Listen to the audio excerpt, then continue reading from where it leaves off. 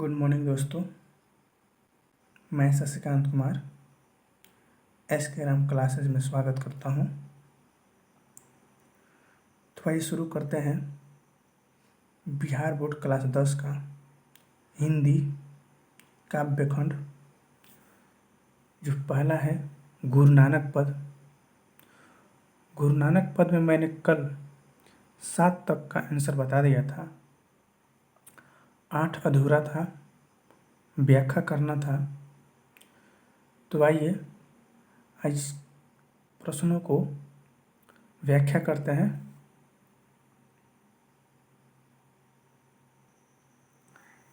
आठ का क में बोला है, क्वेश्चन कह रहा है राम नाम बिनु अरुझि मरै। राम नाम बिनु अरुझि मरै, इसका व्याख्या करना है। तो आइए करते हैं। प्रस्तुत पद हिंदी साहित्य गोदली 2 काव्यखंड से संकलित है, जिसके कवि गुरु नानक जी हैं। प्रस्तुत पद के माध्यम से कवि ने सच्ची उपासना के विषय में अपना विचार प्रकट किया है। कवि का कहना है कि ईश्वर की प्राप्ति नाम कीर्तन के द्वारा ही हो सकती है। जो मनुष्य प्रेम में न डूबकर पूजा पाठ, वेशभूषा अर्थात दिखावटीपन आदि को सच्ची साधना मानकर करता है, वह सांसारिक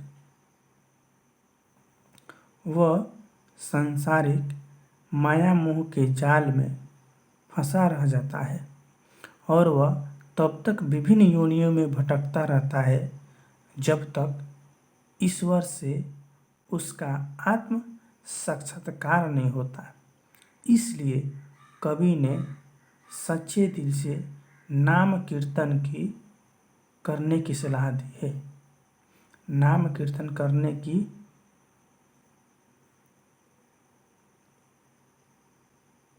सलाह दी है। तो ये आपका हुआ व्याख्या। 8 नंबर के कम क्वेश्चन था, राम नाम बिनु अरुझि मरै। तो इसका हमने व्याख्या किया।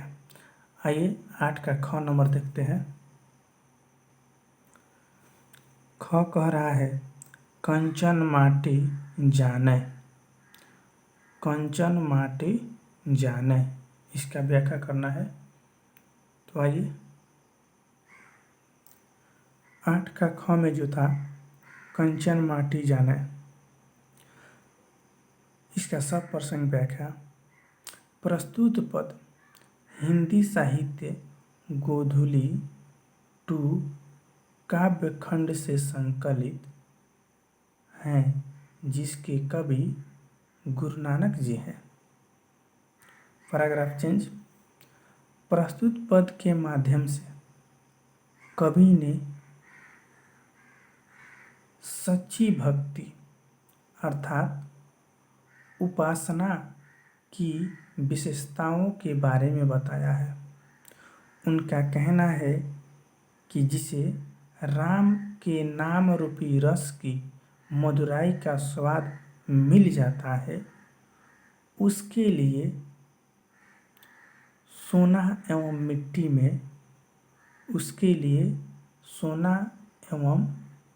मिट्टी में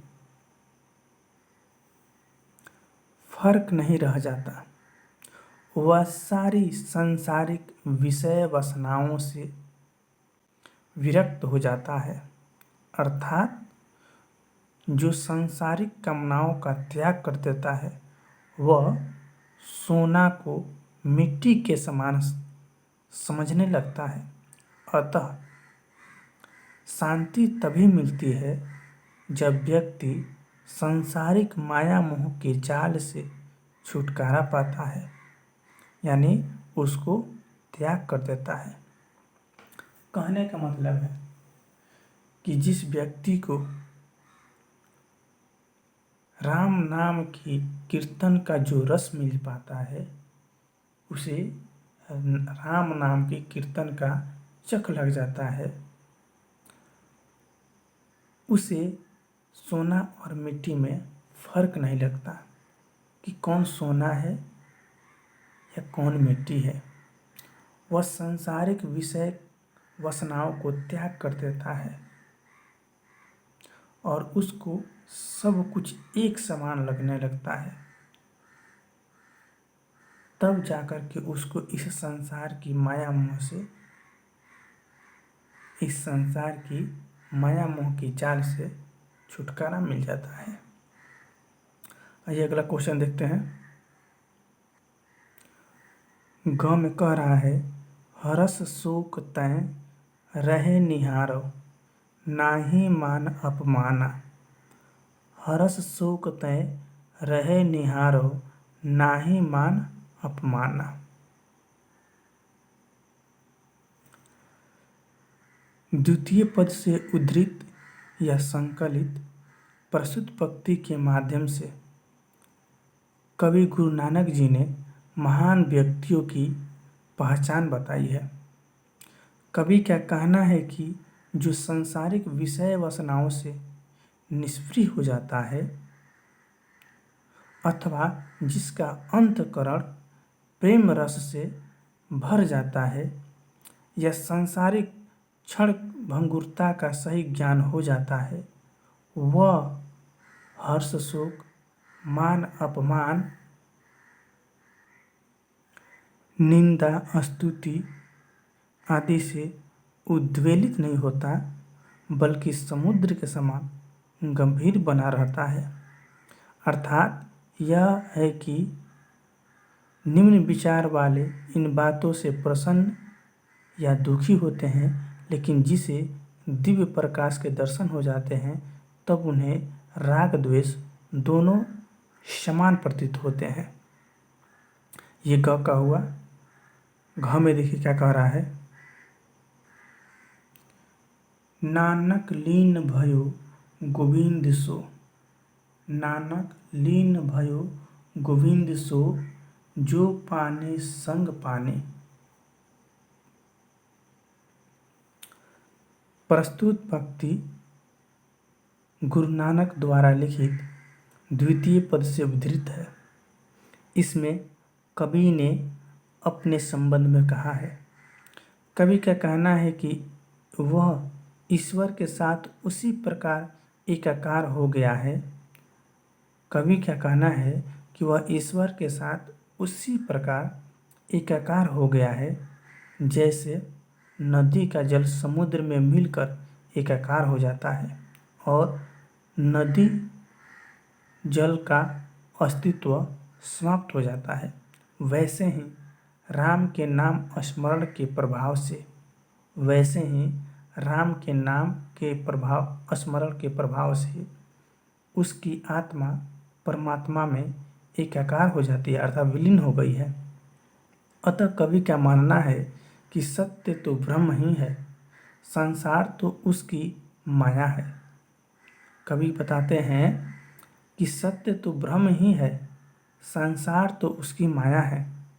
व्यक्ति जब इस माया से मुक्ति पाने के लिए संसार की नश्वरता को मानते हुए अपने आप को ईश्वर भजन में लीन कर देता है, तब वह गोविंद अर्थात ईश्वर में समाहित हो जाता है। जिस प्रकार कवि स्वयं ईश्वर का भजन करके उनके दिव्य प्रकाश से आलोकित हो उठा है। ज्यों पानी संग पानी में यमक अलंकार है। पूछ देगा आपका ऑब्जेक्टिव में, ज्यों पानी संग पानी में कौन सा अलंकार है, तो यमक अलंकार है। अर्थात कवि यहाँ पर बता रहे हैं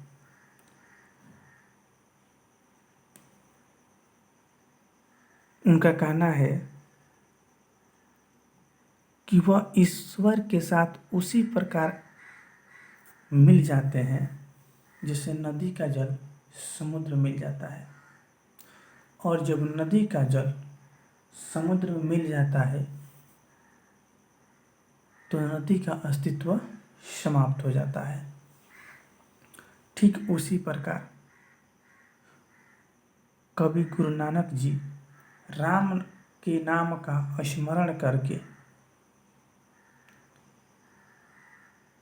उनकी आत्मा परमात्मा में उसी प्रकार विलीन हो जाती है जिस प्रकार नदी का जल समुद्र में मिल जाता है।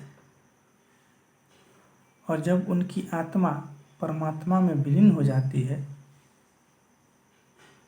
तो अपना योनि से मनुष्य योनि से मुक्ति पा जाते हैं।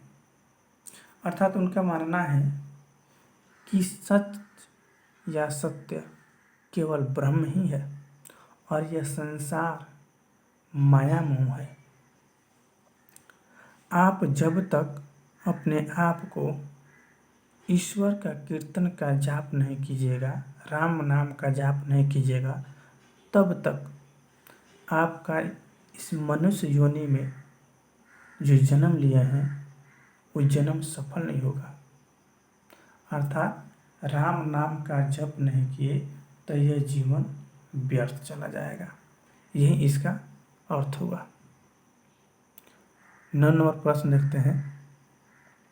कर आधुनिक जीवन में उपासना के प्रचलित रूपों को देखते हुए नानक के इन पदों की क्या प्रासंगिकता है, आप अपने शब्दों में विचार करें। ये सवाल उतना इम्पोर्टेंट नहीं है, फिर भी देखते हैं। आधुनिक जीवन में उपासना की वह पद्धति प्रचलित है जो रूप गुरु नानक के समय थे। आधुनिक जीवन में उपासना की वही पद्धति प्रचलित है जो रूप गुरु नानक के समय थे। आज भी तीर्थ व्रत, पूजा पाठ, वेशभूषा का विचार का बोलबाला है। अर्थात आज भी बाह्य आडंबर में लोग डूबे हुए हैं। मात्र जातीय बंधन में थोड़ा ढीलापन अवश्य आया है।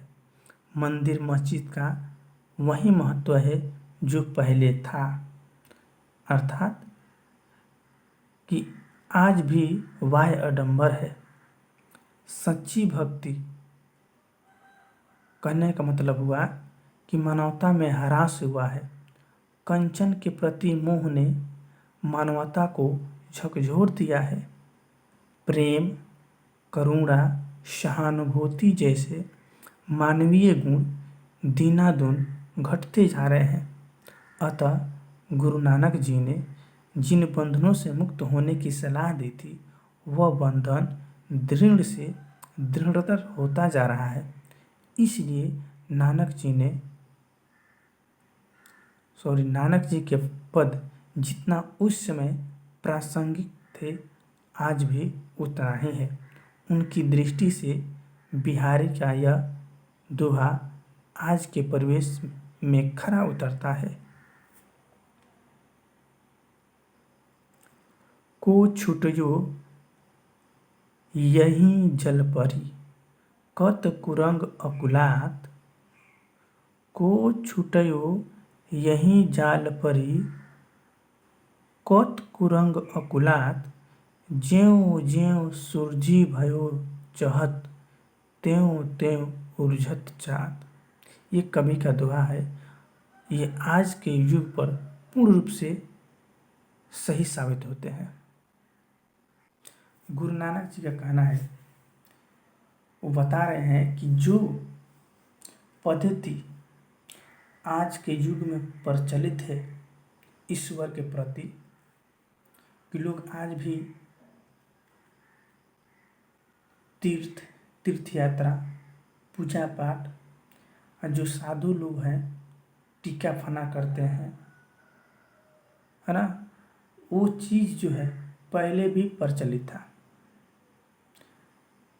जो महत्व आज मंदिर का है, मस्जिद का है, वही महत्व पहले भी था, पूर्व में भी था। कहने का मतलब है आज भी बाह्य आडंबर का बोलबाला है, चारों तरफ बाह्य आडंबर है, जिससे क्या हुआ, मानवता में सच्ची भक्ति का ह्रास हो गया है। लोग इन वेशभूषा पर ही ज़्यादा विश्वास करते हैं। भक्ति जो है अब भक्ति नहीं रही, जो एक सच्चे मन से भक्ति की जाती है वो अब नहीं रही। प्रेम, करुणा, सहानुभूति ये दिन प्रतिदिन घटते जा रहे हैं। और गुरु नानक जी ने जिन बंधनों से मुक्त होने की सलाह दी थी वो और क्या हो रहा है, वो और बढ़ते जा रहा है। इसलिए गुरु नानक जी का जो बातें हैं वो आज के युग में खरा उतरता है। यही क्वेश्चन का आंसर हुआ। अगर वीडियो पसंद आ रही हो तो लाइक कीजिए और ज़्यादा से ज़्यादा शेयर कीजिए। आइए आगे चलते हैं व्याकरण में। कह रहा है पद में प्रयुक्त निम्नांकित शब्दों के मानक आधुनिक रूप लिखे। जो शब्द दिया है ये, इन शब्दों का मानक रूप लिखना है आज के रूप में। आधुनिक काल में इन शब्दों का प्रयोग कैसे करते हैं। जैसे दिया है विरथ, तो इसका आधुनिक रूप जो है वो है व्यर्थ। विरथे का मतलब होता है व्यर्थ। भिक्षु, भिक्षु का सही रूप जो है आज के युग में विष है। निफलों का निष्फल हो जाएगा। मति, मति का मतलब होता है मति। संध्या, संध्या का मतलब होता है संध्याकालीन या संध्या। कर्म, कर्म का मतलब होता है आज कर्म। कर्म को आज बोलते हैं कर्म। ये ऑब्जेक्टिव में 1 नंबर का पूछ सकता है कि कर्म का मानक रूप क्या है। गुरु शब्द, गुरु शब्द का मतलब होता है गुरु के उपदेश या गुरु शब्द बोलते हैं। तीर्थ गौण मतलब तीर्थ यात्रा। महियल, और महियल का अर्थ होता है महितल। सर्व, सर्व का अर्थ होता है सर्व। माटी, माटी का अर्थ होता है मिट्टी। अस्तुति, अस्तुति का आधुनिक रूप है स्तुति। नियारो, नियारो का आधुनिक रूप है न्यारा। जुगति, जुगति का आधुनिक रूप है युगति। युक्ति। और पिछाने, पिछाने का अर्थ होता है पहचाने। आज आधुनिक रूप में पिछाने को पहचाने बोलते हैं। 2 नंबर क्वेश्चन करा है दोनों पदों में प्रयुक्त सर्वनामों को चिन्हित करें और उनके भेद बताएं। जैसे दिया है तू, तू क्या है, तो पुरुषवाचक और मध्यम पुरुष है। कोई, कोड का अर्थ होता है कोई, ये जो है अनिश्चयवाचक सर्वनाम है। जो है संबंधवाचक सर्वनाम है।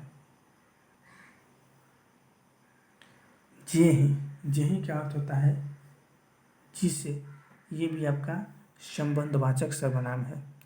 तेहि, तेहि का अर्थ होता है उसे, अन्य पुरुष ये सर्वनाम है। यह जो है निश्चयवाचक सर्वनाम है। व्याकरण में एक चैप्टर है सर्वनाम। आप सर्वनाम चैप्टर पढ़िएगा तो आपको ये पढ़ने की ज़रूरत नहीं है। आपको अपने आप समझ आने लगेगा कि ये कौन कौन सा सर्वनाम है। 3 नंबर में लिंग निर्णय करना है। अर्थात जो शब्द दिया है उसको ये चीज़ बताना है कि ये स्त्रीलिंग है या पुल्लिंग है, और तब जाकर उसका प्रयोग करना है। जैसे जग, जग क्या है, पुल्लिंग है। आज सारा जग ही धन के पीछे दौड़ रहा है। दूसरा है मुक्ति, मुक्ति स्त्रीलिंग है। मुक्ति तब मिलती है जब सच्चे दिल से प्रभु का नाम स्मरण करते हैं। ये वाक्य बनाया गया है। और स्त्रीलिंग पुल्लिंग भी बताया गया है। धोती, धोती क्या है? स्त्रीलिंग है। उनकी धोती फट गई है। जल, जल पुल्लिंग है। इससे बनेगा जल ठंडा है। भस्म, भस्म क्या है? पुल्लिंग है। जमींदार लोग पान के साथ सोने का भस्म खाते थे।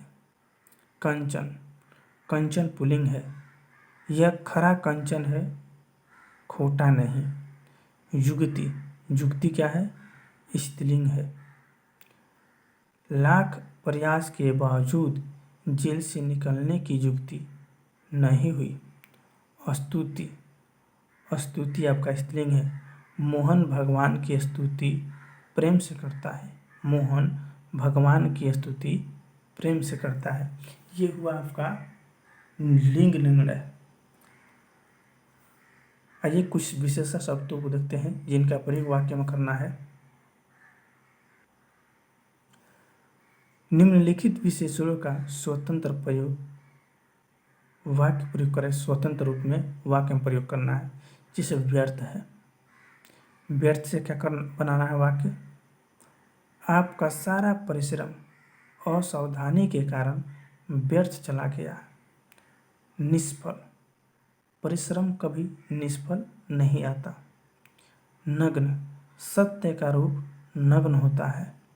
सर्व, गांधी जी सर्व कल्याण के संपोषक थे। न्यारा, आज राम जग से न्यारा हो गया। शकल, आपकी शकल कामना सिद्ध हो। तो ये रही दोस्तों गुरु नानक चैप्टर का पूरा क्वेश्चन आंसर, ऑब्जेक्टिव और सब्जेक्टिव। अगर वीडियो पसंद आई हो तो एक लाइक तो ज़रूर बनता है। तो मेरे वीडियो को लाइक कीजिए और मेरे चैनल को सब्सक्राइब कीजिए और ज़्यादा से ज़्यादा शेयर कीजिए। जो दोस्त इस लॉकडाउन के दौरान अपने घर पे बैठ के तैयारी करें, उनकी सारी विषय को कंप्लीट तैयारी अपने घर पर ही हो रहें और सुरक्षित रहें।